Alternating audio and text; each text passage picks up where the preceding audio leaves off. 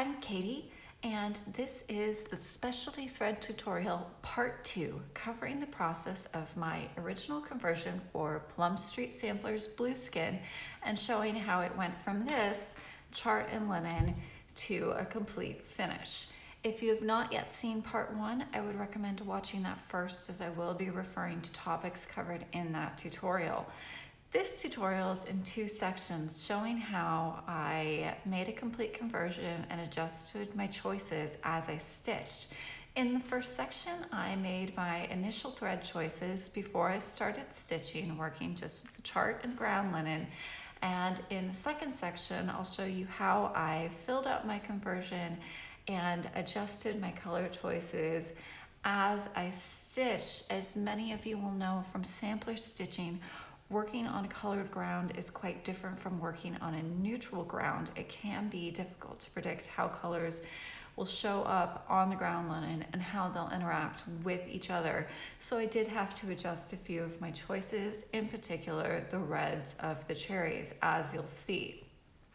I do give you incorrect information in the first section, although it is correct in Part 1 of the Specialty Thread tutorial. Based on my previous use of Soie Gobelins and stitching candy cane wishes, I believed that it would give slightly better coverage on the high 30 counts than Soie Gobelins would.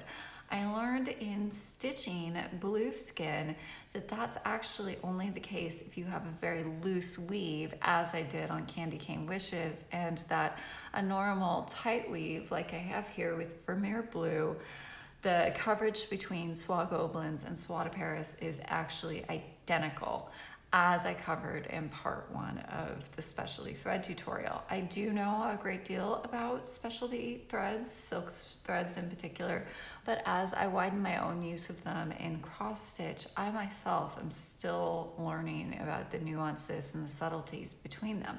It is an excellent example of how you learn through experience and through experimentation with the different threads. Two different linens produce two different coverage results with the same thread. One of the most common questions I get is, how do I pick the threads for a project? So I thought today I would take you through my process of selecting the threads for Blueskin by Plum Street Samplers. And although this is a specialty thread tutorial and not a color tutorial, I'm going to tell you how it works so that this makes sense. When I am picking colors, I go first with what I know I want to use, and then I build out from there so that the choices all work out with each other. So in terms of Blueskin, I've cheated and started early. I knew the linen that I wanted to use was Legacy Linen Vermeer Blue, so I've set that out so that I know I have that to refer to with all of my choices. And then I think the wonderful cherries are one of the best things about this design. So I picked my two reds first. These are both Soie Gobelins. My default thread choice when I'm picking for cross stitch is usually Soie Gobelins. However, this particular red either doesn't come in Gobelins or I don't have it in Gobelins, and I wanted to use it. Oh no, wait, not 2116. Sorry. 2922 I did not have in Gobelins, so I decided to use Soie Gobelins so that I could use my desired reds, and then I picked the next lightest shade to go with it so that these two would match, because they're within the same elements. So that's where I started with my reds, and then I moved next to the tree trunk, as that's a very important framing element in this design. Oh, and I've already dropped a thread. You know, it's not one of my videos until I've dropped something. So I, again, started with Soie Gobelins, and this looked awfully dark to me. I was thinking maybe that wasn't the right choice. So then I went the next shade lighter, and that looked much too light relative to the design. This really is a very dark tree, and the high contrast is what provides some of the design interest here. So I knew I had to keep that. So this is 4525, which is beautiful brown, but it's too light. So that got jettisoned. And then that left me again with this darker color, 4536. However, I know that Soie Gobelins is a little lighter coverage on the high 30 counts.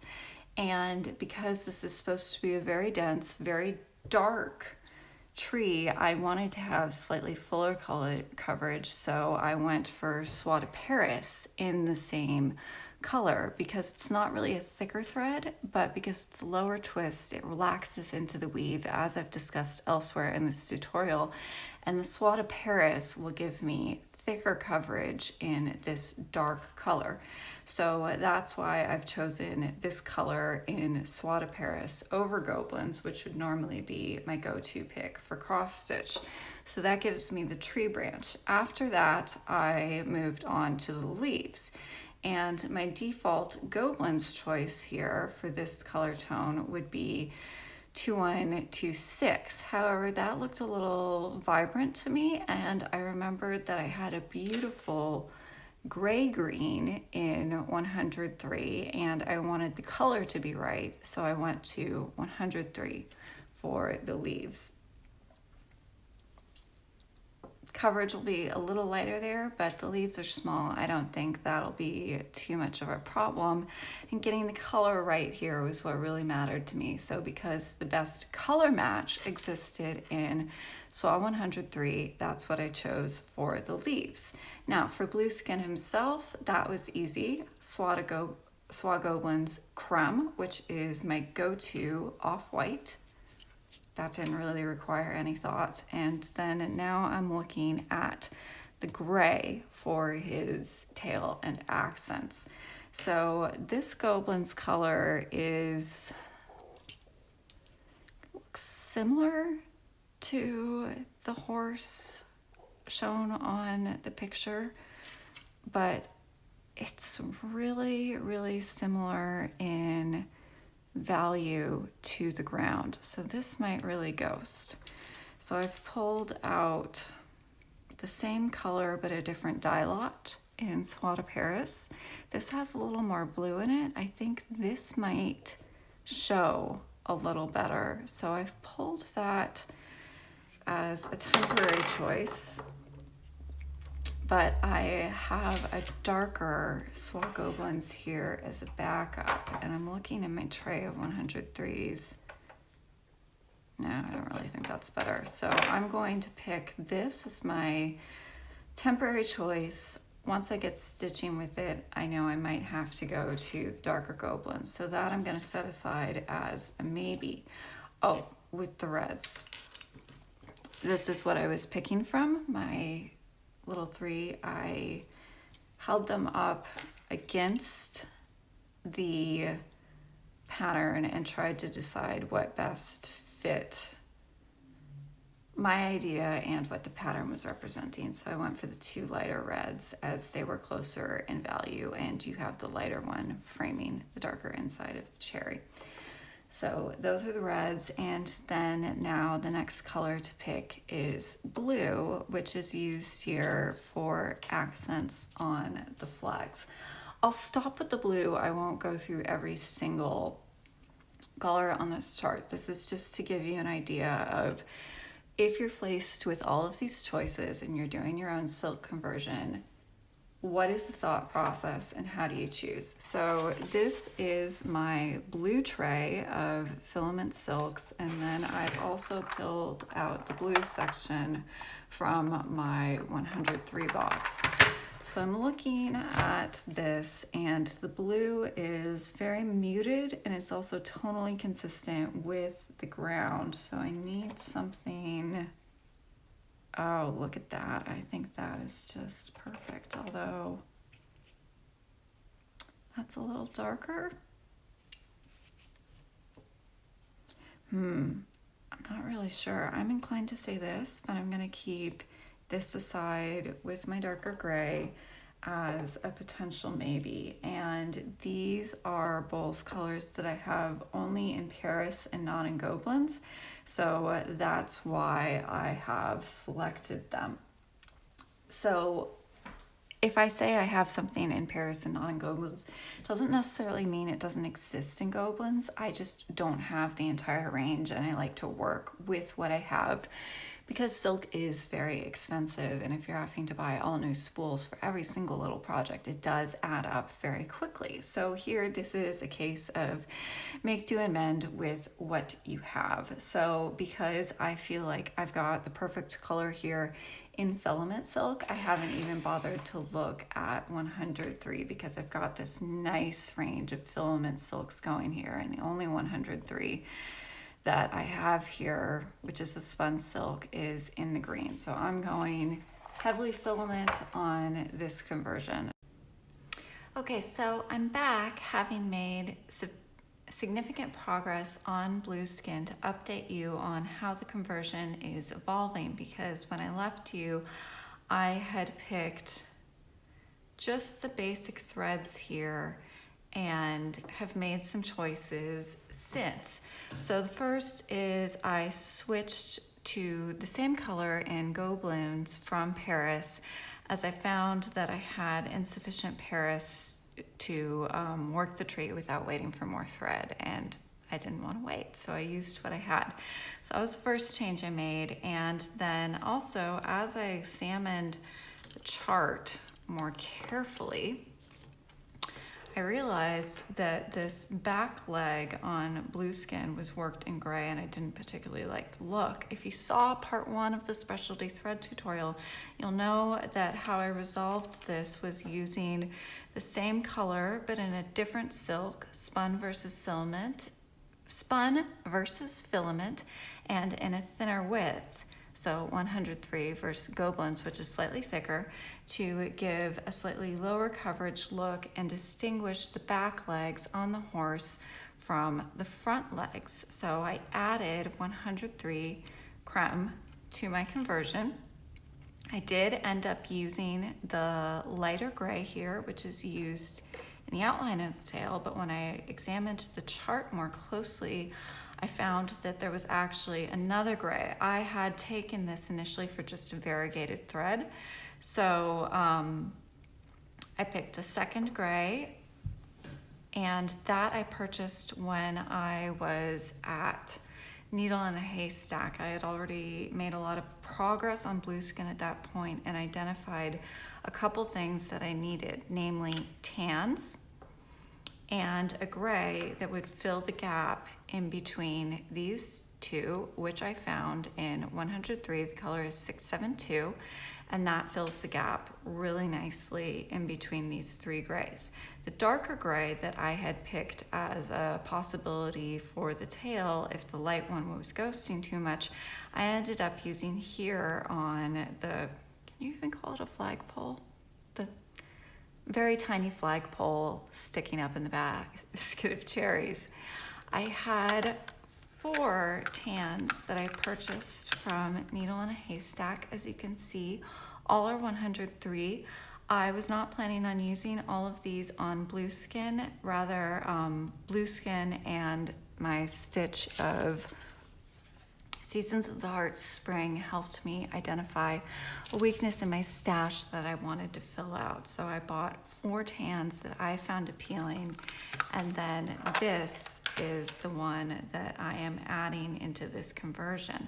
Another important point here are the reds. So I had originally picked 2 adjacent colors of Paris. However, this is one of the difficulties on working with a ground with a lot of color. I've used this combination before on white and found it to look really nice. However, on the darker blue, they were too similar. You couldn't see the border at all, and I had to start going several shades lighter. And what I tried out a few different ones, but the color I needed to actually get the border around the cherry to show, as it does in the picture on the chart, was actually several steps lighter, much more than I had anticipated.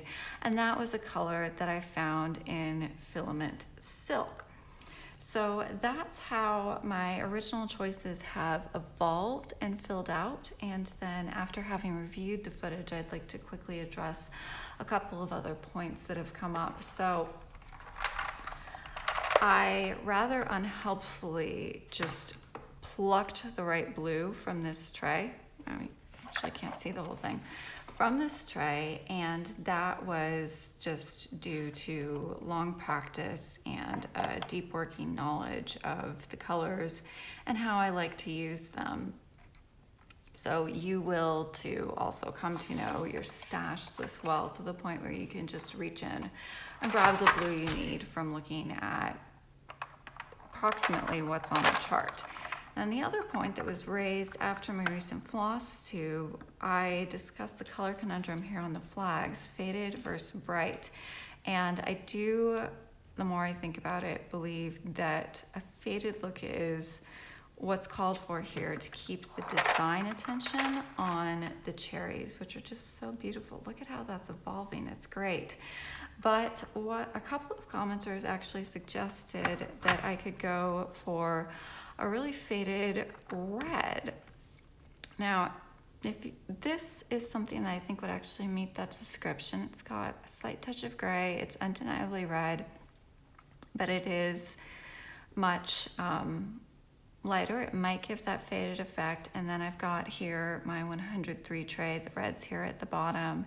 I've got, these would probably be the two closest things to a faded red that we could evaluate for that possibility. And when you place each of these in position in turn, I can see the idea and how it might work, but I think that ultimately they still have so much color to them that they're really going to draw attention, and that better option there will be the gray, which will kind of fade into the background a little and allow all the design attention to go to the cherries.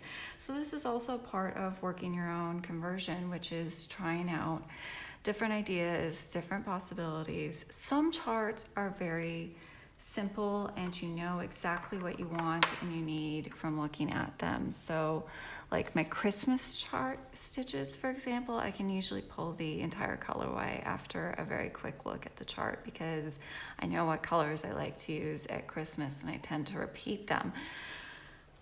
Blueskin was a little different. This is not the usual kind of thing I cross stitch. I really love Christmas and then also spring stitches because of the beautiful colors. So it did take a little more thought. I hope that this has been helpful to you in evaluating how you might use your own silk stash as it grows and work your own conversion. So I think the essential points to reiterate here are that my first choice is always Gobelins, but I will fill out as necessary with what else is available to me, and 103 is usually where I go to fill out a color or a specific shade that I'm looking for, because the color range is much wider and there's much more available. So I will see you again for my next floss tube. This concludes the specialty thread tutorial on part 2 on conversions. Until then, happy stitching.